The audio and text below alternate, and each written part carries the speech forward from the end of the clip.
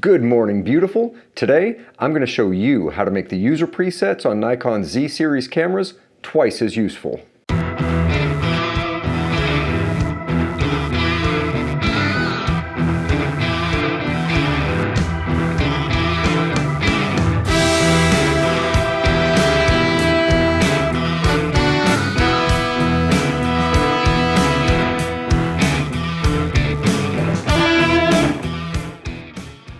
This is Larry with Southern Exposure, information and inspiration for the amateur photographer, where I share lessons, tips, and personal stories of my photography journey.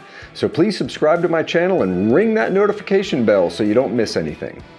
When I did my initial review of the Nikon Z6 a couple of weeks ago, one of the things that I mentioned that I was excited about exploring was the 3 user presets on the mode dial of the camera. However, I missed a very important aspect of these preset modes.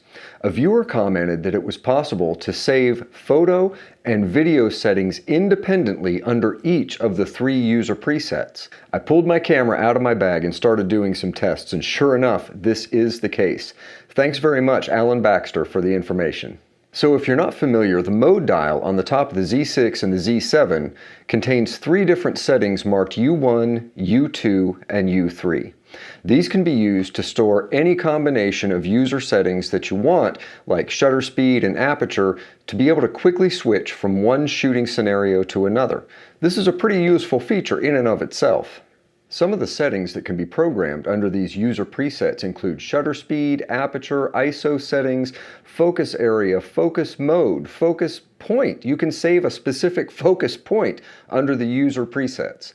Now, I assumed that when you set up a user preset, whatever you selected for shutter speed, aperture, ISO, etc. would remain the same when you switched from photo to video mode under that user preset. You can actually save all these settings and more independently for photo and video under one user preset. This means if you're a hybrid shooter like me, shooting photos and video, you effectively have 6 user presets instead of just 3.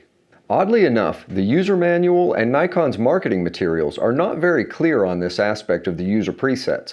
So let's go through the settings, I'll walk you through how to set it up, and you can see that this does in fact retain the settings independently for photo and video.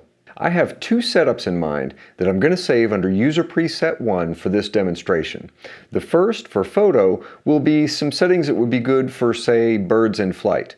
For video, I'll just do a basic 4K 24 frame per second video setup.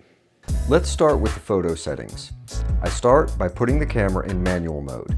Next, I adjust my shutter speed to 1/1000th of a second, aperture to f5.6, and set it to auto ISO.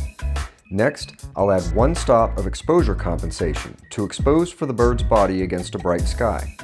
I'll set my autofocus mode to AFC and my focus area to dynamic. I will then position the focus point in the center of the frame. Now let's switch to video mode. I'll use the info button to choose 4K 24 frames per second. Since I'm shooting 24 frames per second, I want my shutter speed to be 1/50th, or approximately double the frame rate. I'll set aperture to f4 and ISO to 400. For video, I like to use AFF with full focus area. I'll make sure there is no exposure compensation applied. Now that we have all of our settings adjusted for both photo and video, we go into the menu, select Save User Preset, and choose User Preset 1. That's it. Now, let's change everything up to see if our preset retains all of our choices. Switch back to manual mode for photo.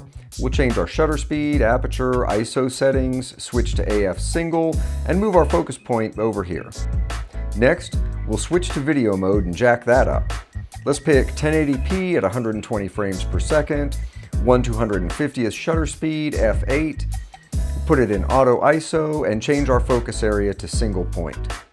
Now that everything is thoroughly shuffled, you can see that when I move the mode dial back to U1 in photo mode, it switches to my birds in flight profile.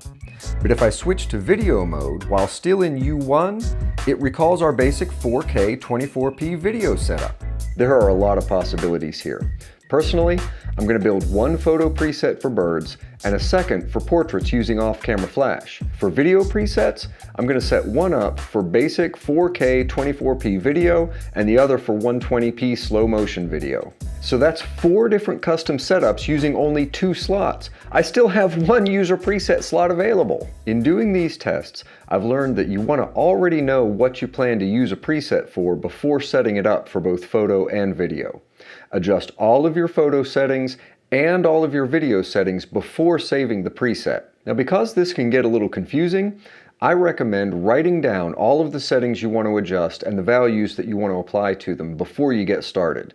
The first time I did this, I had to keep overwriting the user preset because I discovered a setting that I had forgotten to adjust the first time. Do you have a camera that allows you to save custom presets?